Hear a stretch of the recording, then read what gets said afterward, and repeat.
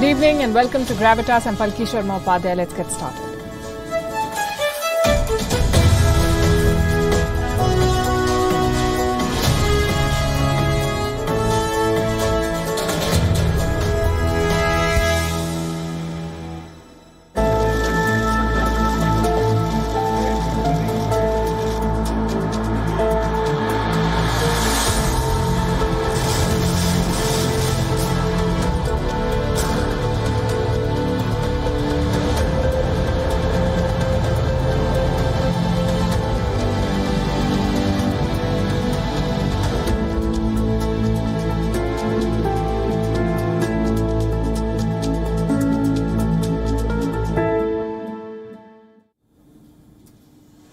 Prime Minister Narendra Modi of India has wrapped up his tour of Europe with a quick visit to France. Like we've been telling you, he's the first world leader to meet President Macron after his re-election. The old chemistry was on display in this meeting too. India and France have been traditionally close. A couple of decades back, they became strategic partners, and now they're poised to together shape the new world order. Last night, we told you about the 4 pillars of this relationship: defense ties, Indo-Pacific cooperation, moving out of America's sphere of influence, and Macron wanting to shape Europe's policy and politics. India and France make natural partners, though divergences remain. The joint statement, for instance, had France condemning Russia's war in Ukraine. So what did this meeting achieve? What are the big takeaways? On Gravitas tonight, we'll discuss that.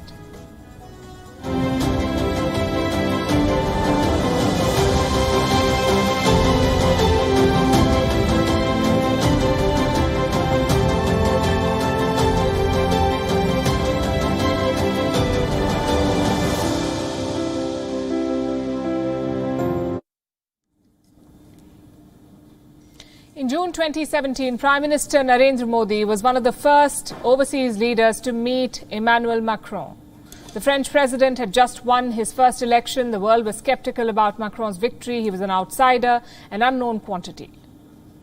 But the two leaders got along, Modi and Macron. 5 years later, the Indian Prime Minister returned to Paris. He is the first world leader to meet Macron after his re-election. As we saw before, there was bonhomie on full display, complete with a bear hug. This was a short working visit. So the two leaders were quick to get down to business, and we can tell you about 3 key takeaways from their discussions. 1, both sides will work together to end hostilities in Ukraine. 2, they will expand their defense cooperation. And 3, India and France will collaborate in space. So even sky is not the limit. Let's unpack these developments in the next few minutes, starting with takeaway number 1, the war in Ukraine. India and France are largely on the same page on this. Paris still condemns Moscow for its aggression. New Delhi is still reluctant to name Russia. So what is significant this time? It is the joint statement. The French condemnation is a part of the joint statement. When Prime Minister Modi was in Germany, Berlin issued a separate release. But in the case of France, it's different. Their objections were included in the joint statement, and that's worth noting. I have a copy of it with me. This is what it says. France reiterates its strong condemnation of the unlawful and unprovoked aggression against Ukraine by Russian forces. Well, this would not have been possible unless India explicitly agreed to it. Both France and India have set the same goals for themselves. They want an immediate ceasefire. They want a diplomatic solution to this conflict. And these two countries, India and France, are uniquely placed to achieve these objectives. Modi and Macron are among the few world leaders who can speak to both the parties, Ukraine and Russia, and of course the US. They have direct lines of communication with Moscow and Kiev. In fact, before meeting Prime Minister Narendra Modi, President Macron spoke with both leaders. He spoke to Vladimir Putin on Tuesday, and he spoke with Ukraine's President Volodymyr Zelensky on Saturday. So India and France have agreed to leverage this influence. They've decided to intensify coordination on Ukraine, and they're also worried about the impact of the war on the rest of the world, especially the increasing prices of essentials, the high inflation. Everyone around the world is suffering the consequences of this war. It has disrupted food supply chains. Modi and Macron have called for a multilateral response to this. Takeaway number 2, the defense ties. India and France have a lot going for them on this front. Their militaries now participate in 5 joint drills. The focus is on the Indo-Pacific. Paris has been pushing Europe to play a more meaningful role in this region, and the reason is China. France is concerned about the growing Chinese influence in the region. So it wants to work with India. France was the first European nation to adopt an Indo-Pacific strategy. Now it wants to elevate defence ties with India and boost defence production. So far, France was a seller of weapons to India, the second largest arms supplier to India. Russia, of course, is the largest. Now France wants to become an investor. It wants to invest in India's defence industry. One project has already been completed. France has helped India build 6 Scorpene submarines. And for this, the French agreed to a technology transfer. The last submarine was launched just 2 weeks back. France wants to work on more such projects with India. Both sides have agreed to look for more opportunities for future collaboration. The third big takeaway is perhaps the most exciting. India and France are joining hands to collaborate in space. The leaders reached an agreement in Paris. They're setting up a bilateral strategic dialogue. It will be held later this year. Experts from both sides will sit down to discuss the growing challenges in space. The agenda is expansive. It includes the economy of space, the security challenges, and the kind of rules that should apply in space. So this is what they're working together on.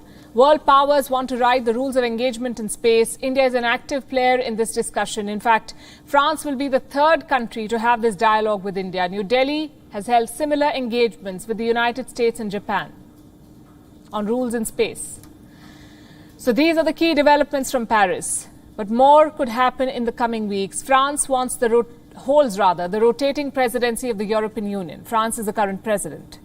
It will keep the seat till the end of June this year. India has resumed negotiating a free trade deal with the EU.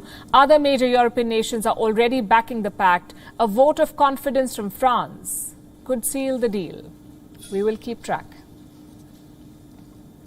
Back in the subcontinent, today was a big political test for the Rajapaksas in Sri Lanka. The parliament had a secret vote. Why? To elect the new deputy speaker.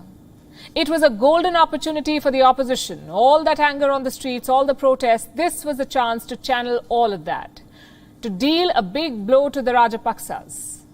But guess what happened? The opposition failed. 2 candidates were in the fray. One, Ranjit CM Balapitiya. He was the incumbent deputy speaker.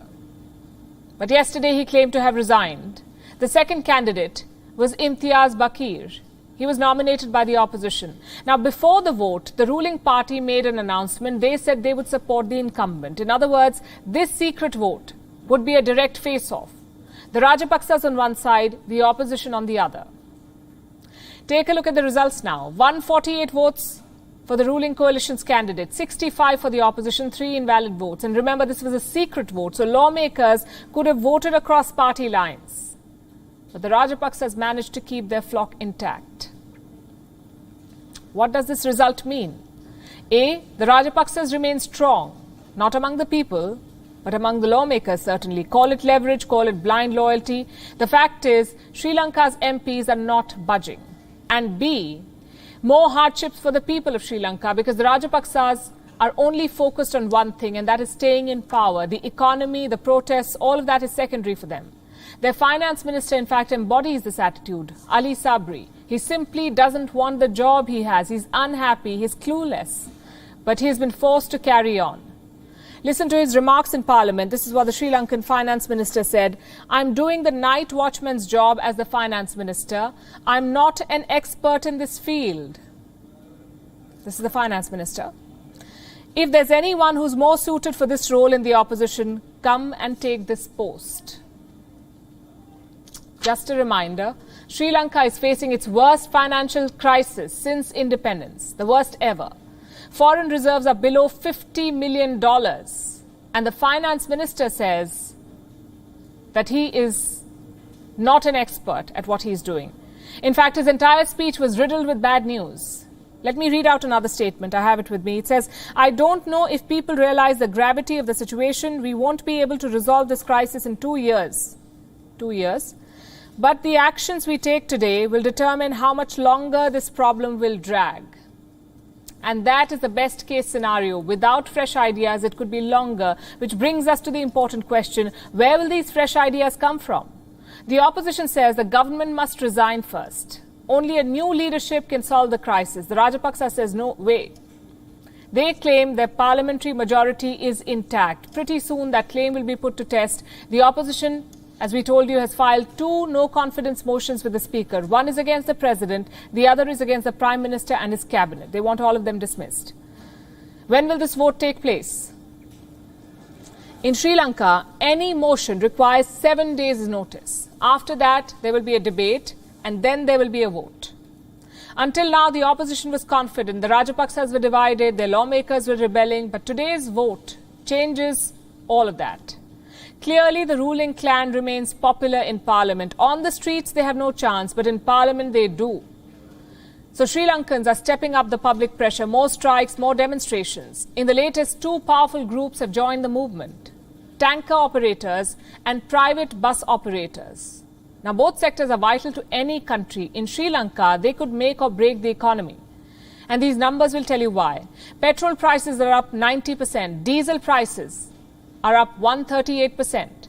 When fuel prices rise, everything rises. So the finance minister's warning is justified. It will take at least 2 years to fix this mess in Sri Lanka. It will also take a lot of outside help. The World Bank is looking to release $400 million to help Sri Lanka. That could ease the immediate troubles, like buying fuel or food. But a larger bailout will be needed, and that's where the IMF comes in, the International Monetary Fund. Within 2 weeks, Sri Lanka will appoint advisors to deal with the IMF, both financial and legal advisors. To receive a bailout, Sri Lanka must restructure its debt. And that includes the debt from China, the loans from China. Talks are underway with Beijing, but reports say China wants to refinance the debt, not restructure it. What's the difference? In restructuring, you change the terms of an existing loan. In refinancing, you issue a new loan to repay the old ones. Now, normally both things have the same effect. But with China, you never know. India too plays an important role in the talks. Finance Minister Nirmala Sitharaman of India reached out to the IMF chief. Colombo was all praises for India's role. But in the end, Sri Lanka must decide its own future. They need reforms, they need fresh ideas, but the question is, who must implement those ideas? The family that landed them in this mess? Or new and energetic leaders eager to serve? Well, that's for Sri Lankans to decide. To India now, where Indian security forces have averted a terror attack. Terrorists from Pakistan are said to have dug up a tunnel this time. It was found at the international border. Reports say the Jaish-e-Mohammed used this tunnel to infiltrate.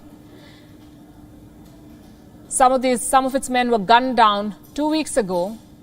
Apparently, they were planning to disrupt the upcoming Amarnath Yatra. Our next report has more details. Pakistan's terror plans have been busted again. A sinister plot has been uncovered. India's border security forces have found an underground tunnel. It was dug along the international border from the Pakistani side. The purpose? Cross-border infiltration. Pakistani terrorists have tried this before. In the past decade, 11 such tunnels have been discovered. Who could be behind this latest attempt? Reports point to sanctioned terrorist group Jaish-e-Mohammed. 2 of its terrorists were recently gunned down in India's Jammu and Kashmir. They attacked a bus of security forces last month. It is feared they were planning a bigger strike. Indian agencies believe the terrorists wanted to disrupt the upcoming Amarnath Yatra. It is one of the most revered pilgrimages in the Hindu religion. Every year, hundreds of pilgrims trek up to the cave shrine of Lord Shiva. It is over 3,000 meters above the sea level. For the last 2 years, the pilgrimage was disrupted by the Wuhan virus pandemic. It is set to resume on the 30th of June this year. Reports say the Jaish-e-Mohammed wants to target the pilgrims. Over the years, Pakistani terrorists have repeatedly targeted the Amarnath Yatra. The first security threat came in 1993. Pakistan Harkut-ul-Ansar had announced a ban on the pilgrimage. The event went on peacefully that year. The first direct attack happened in 2000. 25 people were killed in that attack. Since then, the terrorists have repeatedly tried to disrupt the pilgrimage. Since 1990, it has suffered as many as 36 terrorist attacks that took over 50 lives. But recent years have been peaceful. Even for this year, the local police has adequate security measures in place. RFID tags and satellite trackers have been set up. They will be used to keep track of pilgrims and convey movements. CCTV cameras have been installed along the route. Even anti-drone systems have been put in place to defend against any aerial bombs. The terrorists would want to escape detection. Perhaps that's why they are resorting to old-school tunnels to infiltrate. India's security forces are keeping a close eye on the border. And speaking of holy sites, the AlAqsa Mosque is in news again. It is the third holiest site in Islam. It is also Judaism's holiest place. Jews call it the Temple Mount. AlAqsa Mosque is perhaps the most contested religious site in modern history.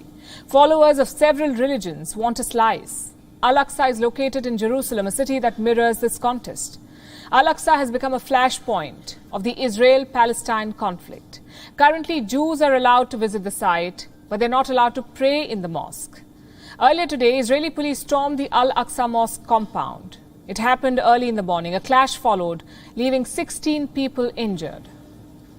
The soldiers of the occupation are at the doors of AlAqsa as well as inside the compound. What we ask from Palestinian people is to come to AlAqsa, and what we ask from the Islamic and Arab countries is to feel concerned with what is happening at the mosque here. Reports say at least a dozen people have been arrested. Videos show Israeli security forces escorting Palestinians outside the mosque. Many of them can be heard shouting, "God is great." Allahu Akbar. Allahu Akbar. Allahu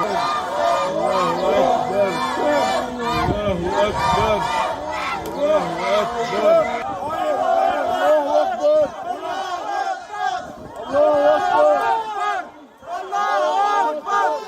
Allahu Akbar.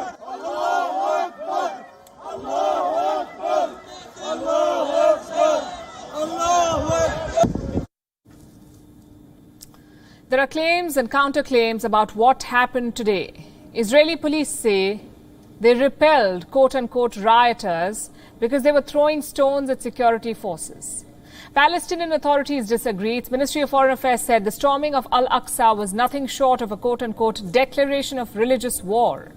Jordan is the custodian of this holy site. It accused Jewish quote-unquote extremists, that's the word Jordan used, Jewish extremists, of breaking into the compound. Like I told you, AlAqsa is a flashpoint of the Israel-Palestine conflict. Clashes here in this compound are a routine affair. Police and Palestinians routinely fight each other. Some 300 people were injured in clashes in April alone. But today's clash cannot be branded routine. Today, Israel is marking the 74th anniversary of its creation. The clashes came on the heels of the Muslim holy month of Ramadan, the Jewish festival of Passover, and the Christian holiday of Easter. Earlier this week, Israeli media reported that some Jewish activists were calling for an incursion into the AlAqsa Mosque. The plan reportedly included raising the Israeli flag and singing the Israeli national anthem at this mosque. Palestine moved the United Nations Security Council. It urged the UNSC to stop Israel from escalating tensions at the mosque compound. Could this have triggered the clash? Or is there more to it? Reports say Palestinians have been angered by the increase in the number of Jews visiting the compound. The uptick is being seen as Israeli muscle flexing. Some see it as an attempt to change the status quo of AlAqsa. Israeli Foreign Minister Yair Lapid denies all of this. He says Israel will not change the status quo of the holy site. The militant outfit Hamas says it is ready for a battle. Their leader had a message for his people. This is what he said. You should be ready for a great battle if the Israeli occupation does not stop attacking AlAqsa Mosque. This is the Hamas leader talking. Just last week, Hamas threatened Israel with attacks on synagogues. That is, if Israeli forces carried out more raids at AlAqsa. It was one such raid that had triggered the 11-day war in 2021. It was during the month of Ramadan. This time, the situation is precarious. We do hope peace prevails. Because another war is the last thing we need. The pandemic has already claimed thousands of lives. The world economy is already on edge. Prices are rising. Growth is sluggish. Nobody knows what will happen next. For central banks, the biggest priority is inflation, cooling down the prices. On Wednesday, India hiked interest rates to tame inflation. Hours later, the United States did the same. The Federal Reserve has hiked interest rates by 50 basis points, the biggest hike in 22 years. Clearly, America is tightening the purse strings. The question is, how far will it go? How far will the Fed go? Is a 75 basis point hike in the offing? 75 basis point increase is not something the committee is actively considering. What we are doing is we raised 50 basis points today, and we've said that, again, assuming that economic and financial conditions evolve in ways that are consistent with our expectations. That's what markets wanted to hear, a moderate hike. Dow Jones closed 2.8% up on Wednesday. Standard & Poor's was up 3%. So the investors appreciate this move, but economists are wary because this is not normal inflation. This inflation is a side effect of pandemic spending. So governments must focus on two things. One is cooling down prices, and two, pushing economic recovery. The problem is the two goals are contradictory. To grow your economy, you need to spend more. But if you spend more, inflation will rise. Right now, central banks are taking a middle path, what economists call a soft landing. But sticking to that soft landing will not be easy. If things go wrong, we could slip into a recession. The Deutsche Bank is already warning about one, a recession. They're predicting a US recession in 2023, that's next year, and we all know how that ends. When the US enters recession, the world suffers, the whole world. But not every central bank is attempting a soft landing. Some don't seem to care. Like Turkey, their latest inflation numbers are out. It's a whopping 70%, 70, you heard that right, 70% inflation. Pretty soon you may need a bag of cash to buy an egg in Turkey. Well, Turkey too is reeling from the pandemic's aftermath, but that's not the only reason. The bigger problem is this man, their president, Recep Tayyip Erdogan. He practices economics in reverse.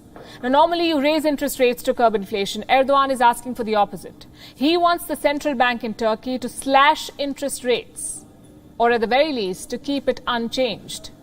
So far, the bank has obliged. They have no choice. For 4 consecutive months, they've kept interest rates unchanged. And during all this time, inflation has gone up. Well, who needs a pandemic when you have leaders like this? Now, coming back to recession, what are the chances of America falling off the edge? Technically, recession is 2 quarters of negative growth, so America is halfway there. But the Fed chairman, is confident about his economy's fundamentals.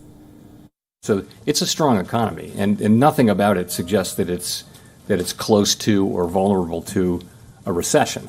Now, of course, given events around the world and fading fiscal policy effects and higher rates, you could see some slower economic activity. Slow economic activity, but no signs of recession. That's the Fed's assessment, and hopefully they're right. But what should you be doing if that's not the case? If a recession is really coming, what's your plan? Well, there's a tried and tested playbook. Number one, watch your expenses. I'm not talking about militant cuts. I'm talking about mild ones, like putting off that vacation or buying fewer luxuries. Number two, think hard about buying assets. And while you're thinking, consider this. EMIs are only going up from here. So if you buy now, you could avoid the higher payments. But there's a catch. Asset prices are inflated right now. The value of what you buy could collapse in the future. So like I said, think hard before buying assets. Number three, is it a good time to quit your job? Some would say it's never a good time to quit, but recessions are the worst. Holding on to that job should be a priority. But here too, there's a catch. We are in the middle of the Great Resignation. In 2021, around 47 million Americans quit their job, and finding new ones should not be hard. US job openings are at a record high. Europe's unemployment is at a record low. So you have a strange dynamic at play. More people are quitting and more jobs are opening.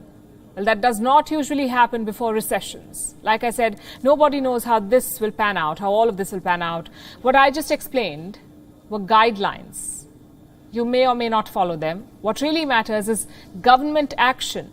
Only central banks, along with our leaders, can get us out of this mess. Unless, of course, you live in Turkey, in which case it's a question of what comes first, election or recession.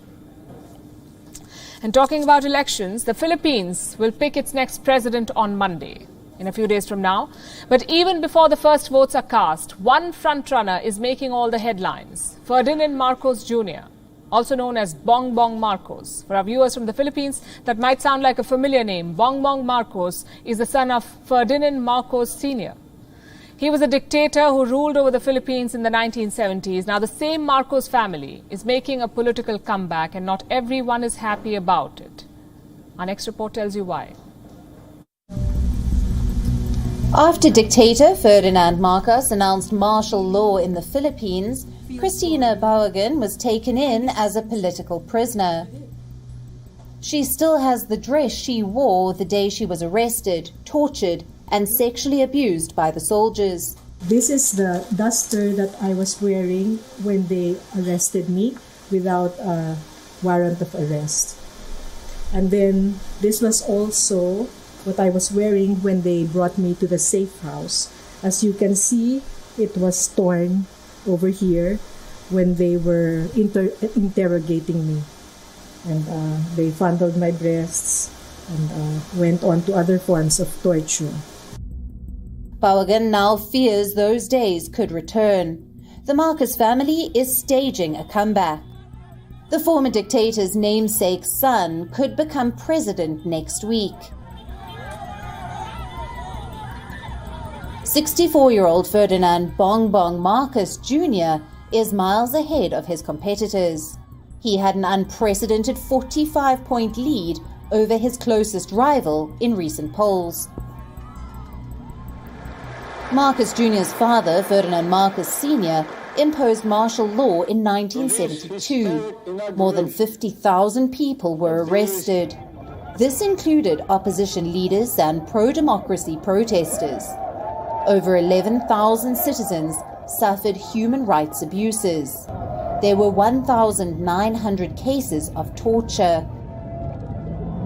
It is believed that 2,300 people died during martial law as a direct result of state crackdown. But rights groups predict the actual number of victims was much higher. Marcos Sr. was ousted in 1981. He fled with his family to Hawaii. Now his son, Marcos Jr., is hoping to make a comeback on the back of a decades-long public relations campaign.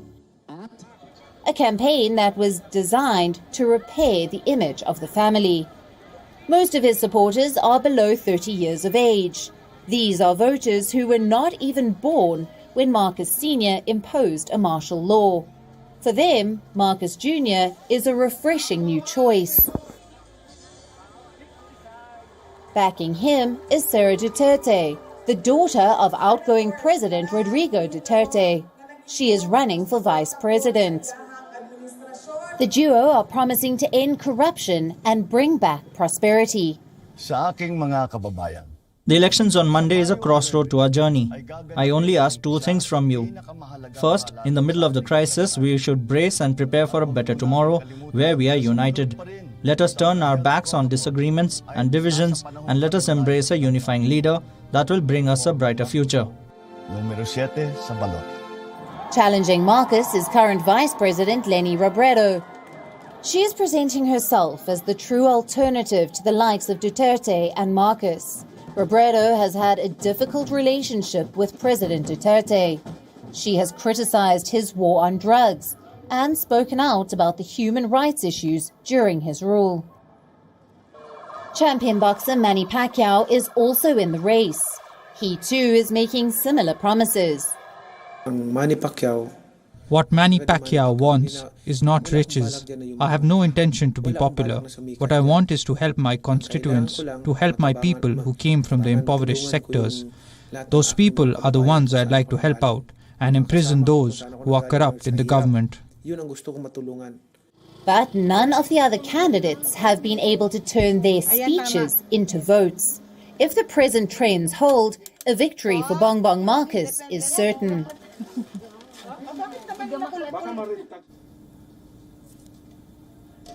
From the Philippines, let's turn to Brazil. Their president, Jair Bolsonaro, makes the news for all the wrong reasons, especially his anti-science rhetoric. Bolsonaro believes climate change is fake. It's bad enough for any world leader. It's worse if you control the Amazon rainforests. Bolsonaro's policies have accelerated climate change. If he stays in power, things could get worse, which is why the upcoming election in Brazil in October is crucial. Bolsonaro's challenger is a familiar face, former President Lula da Silva. We'll come to him in a bit. First, let's focus on some outside factors. In this case, a celebrity factor. Hollywood actor Leonardo DiCaprio is watching this election closely. He tweeted a few days back, this is what he said. Brazil is home to the Amazon and other ecosystems critical to climate change. What happens there matters to all of us, and youth voting is key in driving change for a healthy planet. He did not mention Bolsonaro, but the message was received. Vote your president out to save the Amazon. That's what he was saying, essentially. Needless to say, Bolsonaro responded, first with sarcasm, then with anger. This is what the president tweeted first. Thanks for your support, Leo. It's really important to have every Brazilian voting in the coming elections. Good job in The Revenant. That's DiCaprio's film. A few days later, things got heated. Bolsonaro was addressing his supporters outside the presidential palace. This time, the tone was different. This is what he said, and I'm quoting again. The World Trade Organization said that without Brazilian agribusiness, the world would be hungry. So DiCaprio better keep his mouth shut instead of talking nonsense. Not very presidential, is it? But then again, it's Bolsonaro. His biggest challenger is not Hollywood or DiCaprio. It's this man, former President Lula da Silva. This year, he is the comeback candidate. Lula served as president from 2003 to 2010. Now, Brazil has a 2-term limit. You can serve more than 2 terms, but you cannot do it consecutively. So Lula stepped down in 2010. He wanted to run again in 2018, but he was disqualified. He was charged with corruption and jailed. That's when Bolsonaro swept to power. 4 years later, Lula is back, and this time it is personal. The judge who sentenced Lula later became Bolsonaro's justice minister, the same judge. The entire trial was a messy affair. So in 2021, the Supreme Court of Brazil struck down this conviction. That's Lula's backstory. Right now, he is leading Bolsonaro. Here's what the latest polls show. 40% support Lula, 35% support Bolsonaro. If nobody gets 50% in the first round, there will be a runoff, and chances are Lula will sweep the runoff.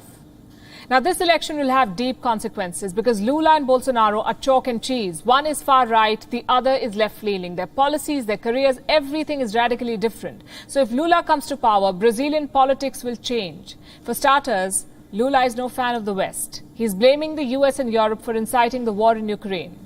Listen to what he said. Biden could have taken a plane to Moscow to talk to Putin. This is the kind of attitude you expect from a leader.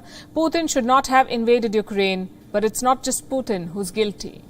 The US and the EU are also guilty. Lula da Silva.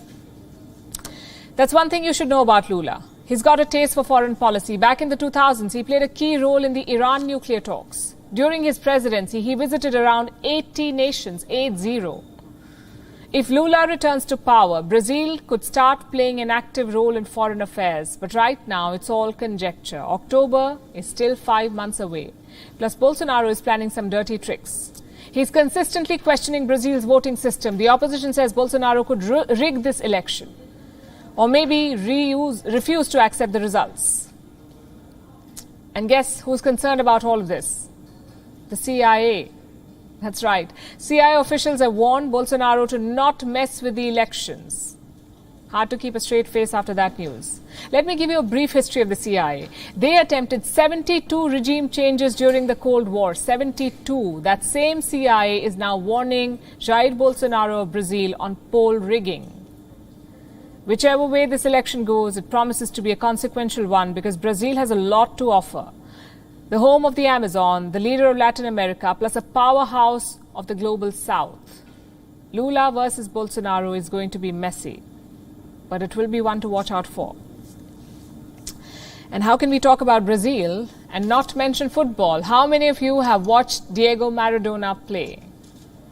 He was one of the brightest stars to ever grace the football field.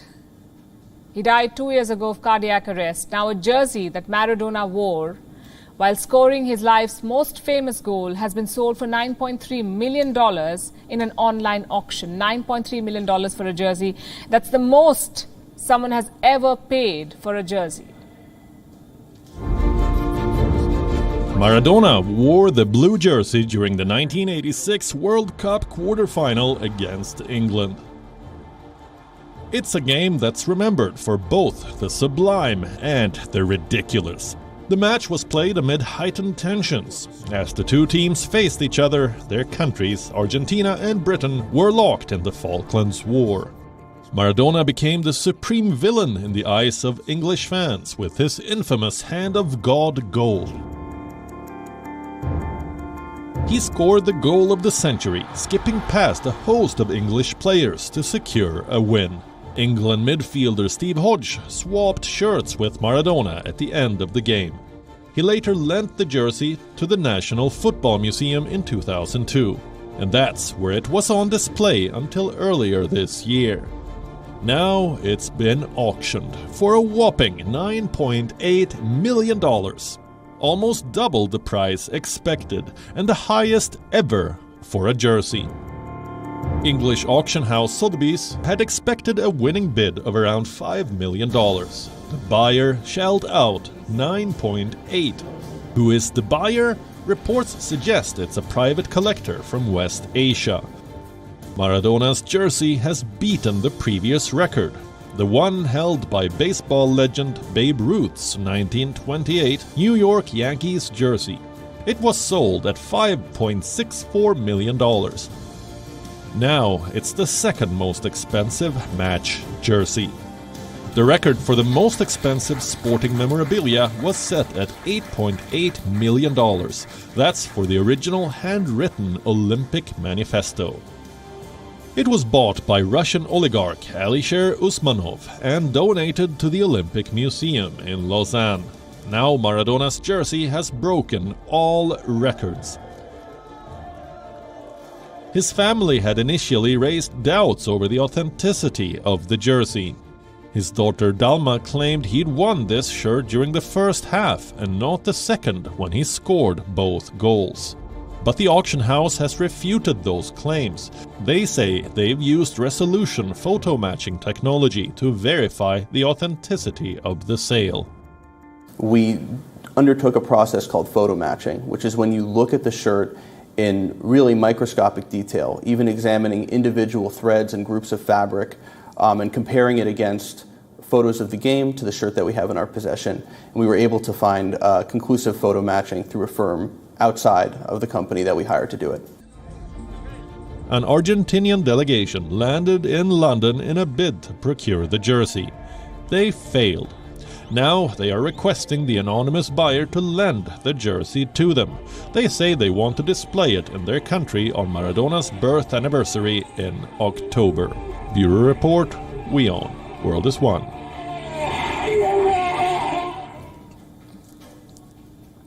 And we end tonight's show with a story of endless love.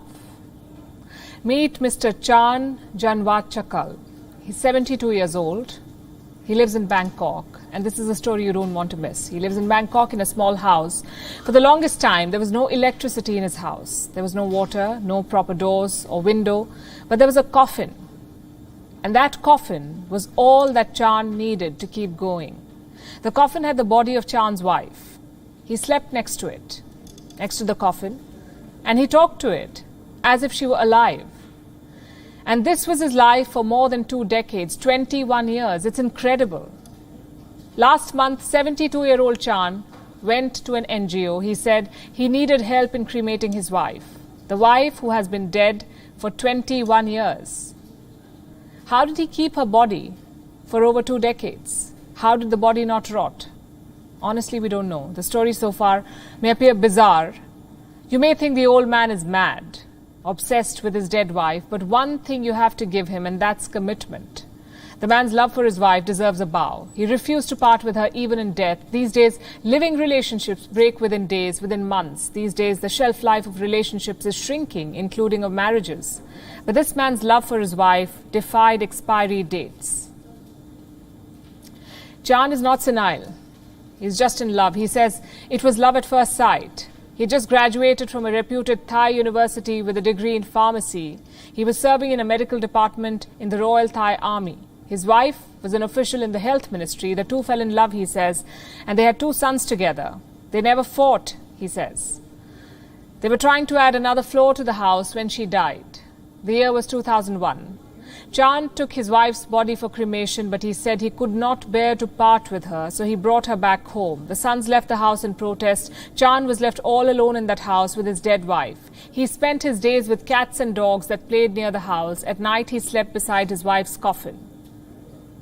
Like I said, it is an incredible story. Chan had a degree in traditional medicine, so he grew medicinal herbs in his compound. The herbs helped him survive 2 snake bites. Years passed. The coffin became discolored.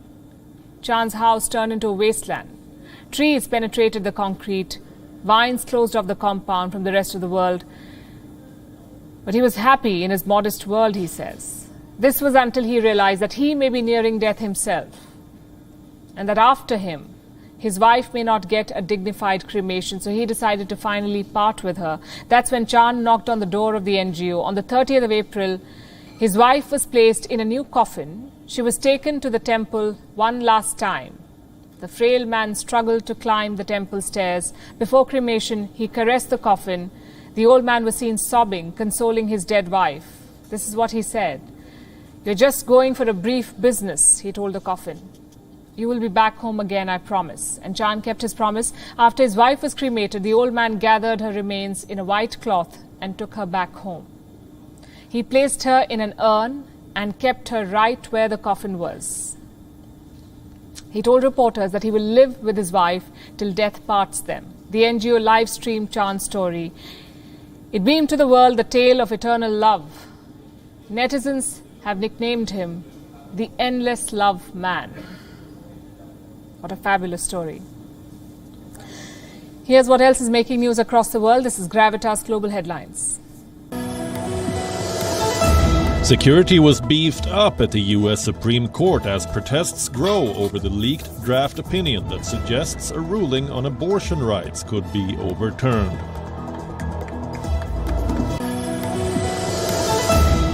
The number of people confirmed dead after a building in China collapsed has risen to 26, nearly a week after the block containing apartments, a hotel, and a cinema caved in. UK's central bank has raised lending rates to curb the rising inflation. With this hike, key lending rates have hit a 13-year high.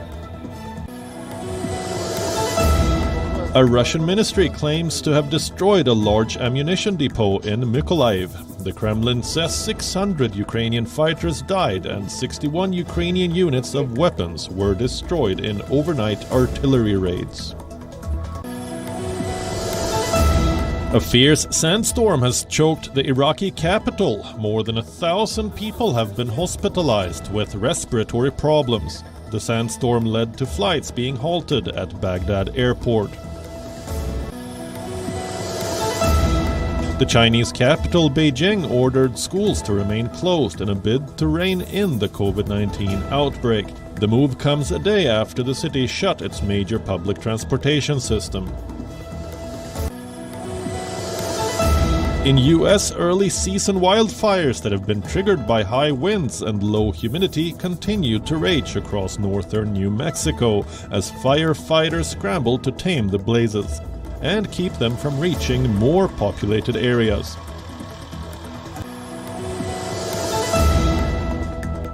A series of tornadoes ripped through parts of central Oklahoma and Texas, leaving some structures completely flattened and streets littered with debris. According to reports, over 14,000 customers were left without power in Oklahoma. Real Madrid scripted one of the most remarkable Champions League comebacks to set up a final clash with Liverpool. City seemed on their way to a second straight final, but Rodrigo struck twice in 90 seconds to level the tie and force extra time. Karim Benzema then converted from the spot to complete a 6-5 aggregate victory. The Phoenix Suns have taken command of the Western Conference semifinal series against the Dallas Mavericks. 12-time All-Star Chris Paul led top seeds Suns to a 129-109 point win, which puts them 2-0 up in the best-of-7 series.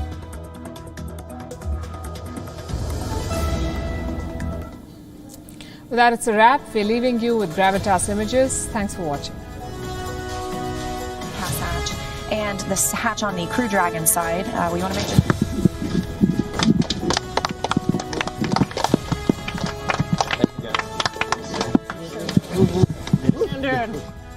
All hooks open and nominal. You can see Dragon in your bottom right hand corner.